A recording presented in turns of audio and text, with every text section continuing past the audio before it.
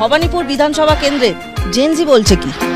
দুর্নীতি কখন কোন জিনিসটাকে আমরা বলবো যে জিনিসটা প্রুভেন। এখানে থেকে যেভাবে পড়াশোনা করে এগোচ্ছি সেখান থেকে আমি আশা করি এখানে আমি ভালোভাবে একটা জব পেয়ে যাব। আমি রাত 10টার সময় বা 11টার সময় ঘরে ফিরলে আমার তো কোনো প্রবলেম হয় না। এত মানুষ এত স্টুডেন্ট পড়ছে একটা ইউনিভার্সিটিতে, নিশ্চয়ই এর ফিউচার আছে কিছু। সংস্থান রাজ্যে অবশ্যই আছে, যদি কাজ নাই থাকতো তাহলে কিন্তু উত্তরপ্রদেশ বিহার থেকে মানুষ কিন্তু কাজের জন্যই বাংলাতে ঘাঁটি কাটতো। এটা কিন্তু প্রুভেন নয়, সেক্ষেত্রে আমি কিন্তু আমার মতামত দিতে পারবো না যে ওটা দুর্নীতি। নেতা হিসেবে যদি আইডল হিসেবে যদি বলতে হয় তাহলে একজনের কথাই বলবো, অভিষেক ব্যানার্জি। সমকালীন রাজনীতিতে কোন জিনিসগুলো আপনার পছন্দ হয় না? যেমন ধর্ম নিয়ে ভেদাভেদ। এই রাজ্যেই চাকরি পাবেন বলে মনে হয় নাকি অন্য কোথাও যেতে হবে বলে মনে হয়? চাকরি আরো বাড়বে, এখানে আছে স্কোপ অনেকই আছে। রাত্রি 10টার সময় 10টা কেন 11টার সময় আপনি যদি রাস্তায় হাঁটেন দেখবেন কোনো অসুবিধা হয় না। নারী সুরক্ষার দিকে অনেক কাজ করেছেন। আমাদের পশ্চিমবঙ্গ দিদির হাতে থাকলে আরো উন্নতি করবে। जितना यहाँ पर हिंदी भाषी सुरक्षित है, इतना सुरक्षित मतलब आपको बिहार वगैरह में नहीं मिलेगा। যে 34 বছর ছিল ওর থেকে অনেক ভালো বদলেছে।